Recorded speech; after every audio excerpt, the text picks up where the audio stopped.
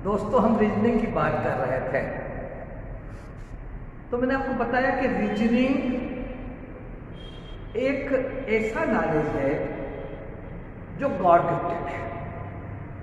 किसी स्कूल में, कॉलेज में रीजनिंग को नहीं पढ़ाया जाता, फिर भी दुनिया की हर परीक्षा में रीजनिंग को पूछा जाता है।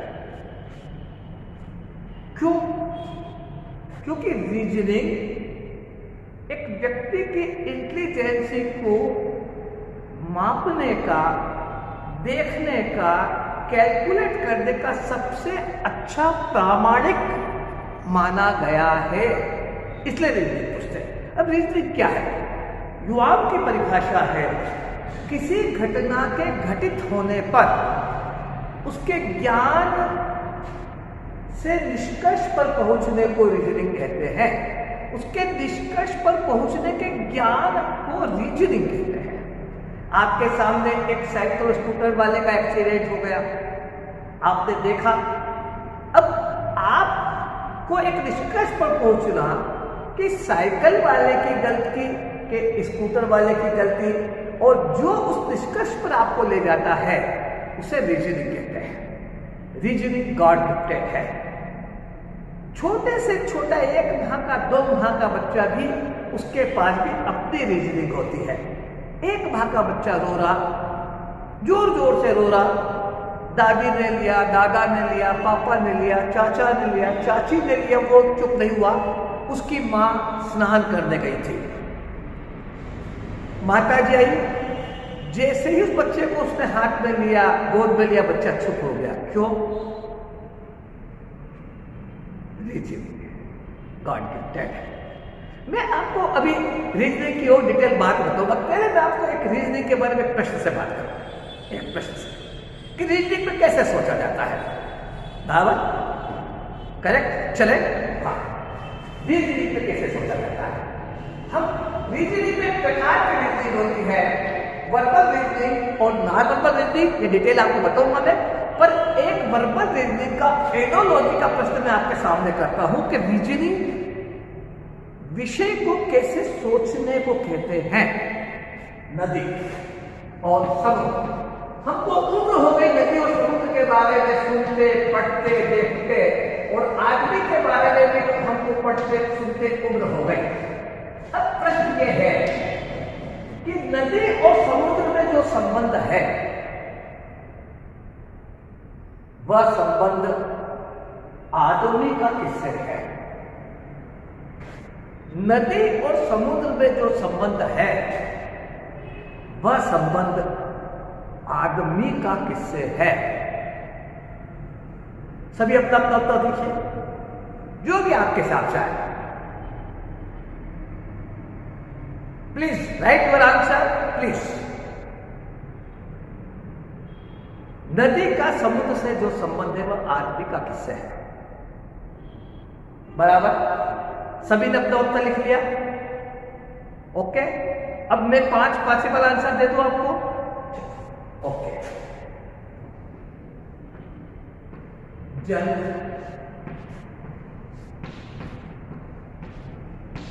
परिवार, समाज, मृत्यु और संसार। नदी का समुद्र से जो संबंध है, वह संबंध आदमी का जल, परिवार, समाज, मृत्यु और संसार, इन 5 में से किससे है? आप अपने उत्तर से मिलाइए। अब मैं बताऊं सही उत्तर क्या है। आपने जो भी लिखा ठीक है, लेकिन मैं आपके सामने बताता हूं इसका सही उत्तर क्या है। इसका सही उत्तर है बच्चों। अब हम चर्चा करें। नदी का समुद्र से जो संबंध है, इसको 2 प्रकार से देखते हैं। पहले हम इसको ऊपरी लेवल पे लॉजिक को देखते हैं, हल्का लॉजिक, जिसमें हमको लगता है कि नदी समुद्र में जाकर गिरती है। नदी समुद्र में जाकर गिरती, बराबर?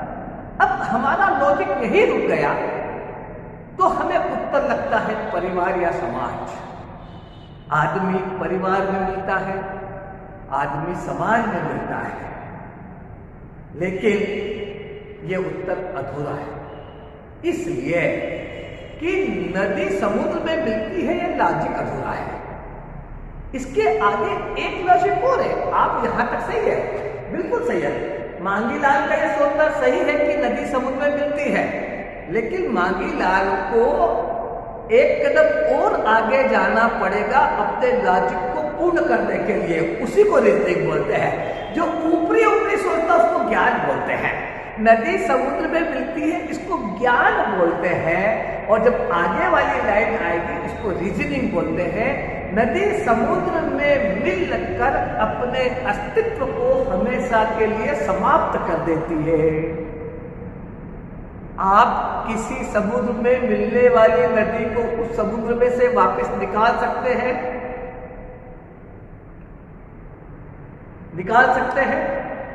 बंगाल की खाड़ी में नर्मदा मैया मिल रही, आप उस पॉइंट पे खड़े जहां नर्मदा मैया मिल रही, आप बंगाल की खाड़ी को बोल सकते कि नर्मदा मैया वापस कर दे बंगाल की खाड़ी?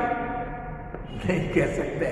और ज्यादा जिद करोगे ना बंगाल की खाड़ी को गुस्सा आ जाएगा तो एक लपाटा देगी और आपको भी अंदर लेने की कह देगी कि आजा तू भी बंगाल की खाड़ी बोलेगी कि आजा तू भी नर्मदा मैया के साथ आजा। नहीं निकाल सकते। समाज में से आदमी को वापस निकाल सकते हैं, परिवार में से निकाल सकते हैं। आप इस कक्षा में बैठे हैं तो आप सभी युवा परिवार के सदस्य हैं, बराबर है? कोई रामलाल नहीं, मांगीलाल नहीं, मोहनलाल नहीं, कन्हैयालाल नहीं। और जब आप कक्षा से बाहर जाएंगे तो आप रामलाल हो जाएंगे, मांगीलाल हो जाएंगे, मोहनलाल हो जाएंगे। तो परिवार में, समाज में से, परिवार में से व्यक्ति अलग हो सकता है। तो इसलिए नदी समुद्र में से अलग नहीं हो सकती। इसलिए हमारा उत्तर हुआ मृत्यु। मरने के बाद आदमी अलग नहीं हो सकता मृत्यु से। जाने चले जाते हैं कहाँ ये दुनिया से जाने वाले, ना खत ना खबरिया जाकर फिर ना आने वाले। तो दोस्तों, लॉजिक को इतना गहरे से सोचना पड़ेगा। एक बार की बात है, एक बार एक परीक्षा के अंदर ये शायद यूपीएससी या प्रोफेशनल अफसर की परीक्षा में प्रश्न आया, अक्सर आता है। तुलसीदास जी की एक चौपाई है, आवत ही हर्षे नहीं, रामचरितमानस की चौपाई है। आवत ही हर्षे नहीं, नैनन नहीं स्नेह, तुलसी तह न जाइए, कंचन बरसत मेघ। पूछा गया इससे आपको क्या शिक्षा मिलती है? बराबर लिखिए। अब सामान्य प्रत्येक व्यक्ति इस रामचरितमानस की चौपाई से क्या शिक्षा लेगा? रामचरितमानस की इस चौपाई से क्या शिक्षा लेगा कि आवत ही हर्षे नहीं, नैनन नहीं स्नेह, तुलसी तह न जाइए, कंचन बरसत में। तो यही शिक्षा लेगा कि अगर हमारा सम्मान नहीं होता जिस स्थान पर, उस स्थान पर हमें नहीं जाना चाहिए, चाहे वह स्थान राजा महाराजा का क्यों न हो, बराबर। अब अगर मुझे कहा जाए तो मैं इस उत्तर को 2 नंबर दूंगा 10 में से। क्यों? आपने जो शिक्षा ली है वह अधूरी ली है, और अधूरी में भी नीचे वाले लेवल की ली है। ये शिक्षा आपने जरूर ली कि जहां मेरा सम्मान हो वहां नहीं जाना चाहिए, जहां मुझे इज्जत मिले वहां नहीं जाना चाहिए, चाहे वह राजा ही क्यों ना हो। अधूरी शिक्षा है। असली शिक्षा तो यह है कि मैं जिंदगी में कितना भी बड़ा बन जाऊं, चाहे राजा महाराजा हो जाऊं, लेकिन अपने घर आने वाले हर छोटे से छोटे आदमी का भी पूरा सम्मान करूं। यह असली शिक्षा होना चाहिए। इसको कहते हैं लॉजिक, इसको कहते हैं रीजनिंग। इतनी डेप्थ में अगर आप सोचना शुरू कर देंगे तो आपकी रीजनिंग 50 में से 50 सही होगी। दुनिया में कोई आपको सिलेक्ट होने से रोक नहीं सकता।